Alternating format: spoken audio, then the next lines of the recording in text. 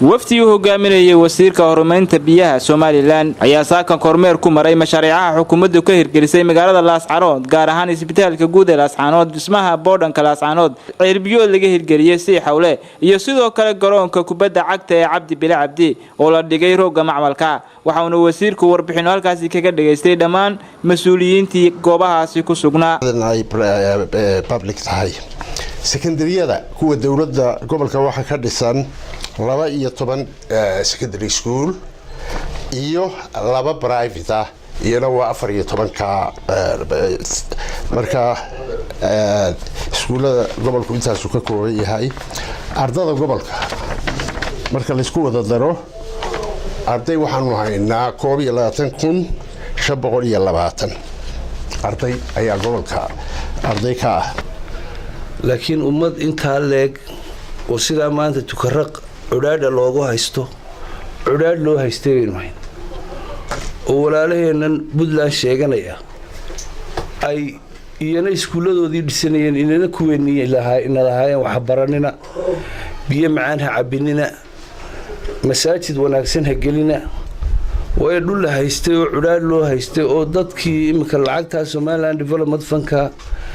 lacag garow la marinayay ama 1993 wixii ka dambeeyay inta dib u dhac inagu yimi waa intii dawladii hore burburtay waxaan kelmadda u holaday oo kaliya ka oranaya maxaa marka la isweydiiyo maxaa keenay dib u dhac kaliya la isweydiinay horumarku iskama yimaado horumarka waxa uu horeeyo oo furo waa amniga halkan waxaan joognaa ceelkiisa wasiirka wasaaradda horumarinta biyaha Jamhuuriyadda Soomaaliland gudoomiyaha gobolku sheegay dhowr ceel oo kale oo Laascaanood in laga waraabiyo ay nagu dhow yihiin oo isla si xawle ay yihiin sidaad ogtihiinba gobolka Sool biyo balaarintiisii iyo mashaariicdii biyaha ee loogu talagalay si aan transparency ahayn bay u baxeen ceelkan biyahan waxa loogu talagalay magaalada Yogoori waxaana markii hore loo diyaariyay hal ceel oo laamiga ka shaqeeya halkii ceel uu ku filaan waayay ka bacdina waxa la qoday 2 ceel oo dambe oo loogu talagalay in Yogoori laga waraabiyo dawladdu waxay iyo golayaasha qaranku waxay soo saareen xeer number 49 xeerka biyaha oo hadda amadman lagu sameeyay xeerka 49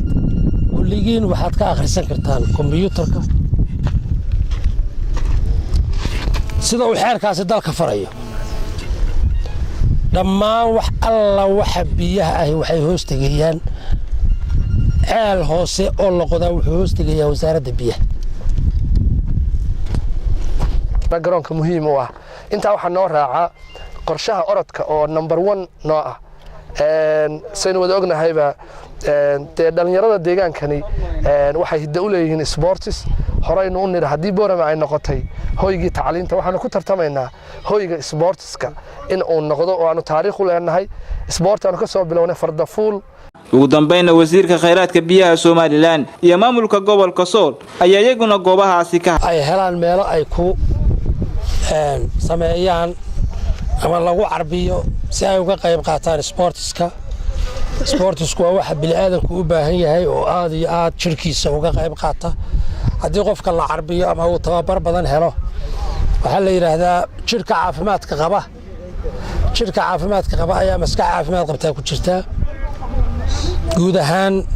aad baan u soo dhaweynayaa xukuumaddii iyo cid kasta oo ka qayb qaadatayna sharaf iyo karaaman u rajaynayaa iyo mahadnaq xitaa koos karayna soo biyo maxaan iyo wasnaaman hadda kuwani aad bay u fiican raxiim alxamdulillaah rabbil caalamiin miduna wasiir halkan aynu joogno horta waa si xawle waxayna ka mid tahay degmada Yogoori goobtan hadda aanu ku sugannahay dhabarkeena waxa ku yaala ceel ay qoday hay'adda UNICEF soo jeedkeena inoo muuqdana waxa ku yaala ceelkii labaad waxa 100 talaabo inoo jirta dhabarkeena ceel kaleesna assessment-igi la dhameeyay ceelasha halkan laga qoday waxa loogu talagalay inay biyo waraabiyaan degmada Yogoori iyo biyo gelinta siiyaan waxa ay ku jira mashruucan 2 ceel oo SDF mashruuceed lagu qodayo oo si xawle lagu qodiyo daanta hadda inoo muuqato lagu qodiyo labada ceel ee SDF ta mashruuceeda ku jira ee lagu qodiyo halka iyo ceelkii SDF ta hore ugu qoday meesha la ar cadeeye saddexda ceel la isku daray iyo dhaamamkii waaweynaa ee mid uu ahaa goysin dhaamkii goysimeed intaasoo la mataaniyay iyo kii dhuy xoosho iyo kii ku yaalay bariga Laascaanood ee wasaaraddu hore u lahayd inta marka la isku mataaneeyo waa meesha biyaha laga waraamin doono degmada Laascaanood. Mawlid Cali, Star TV, Laascaanood.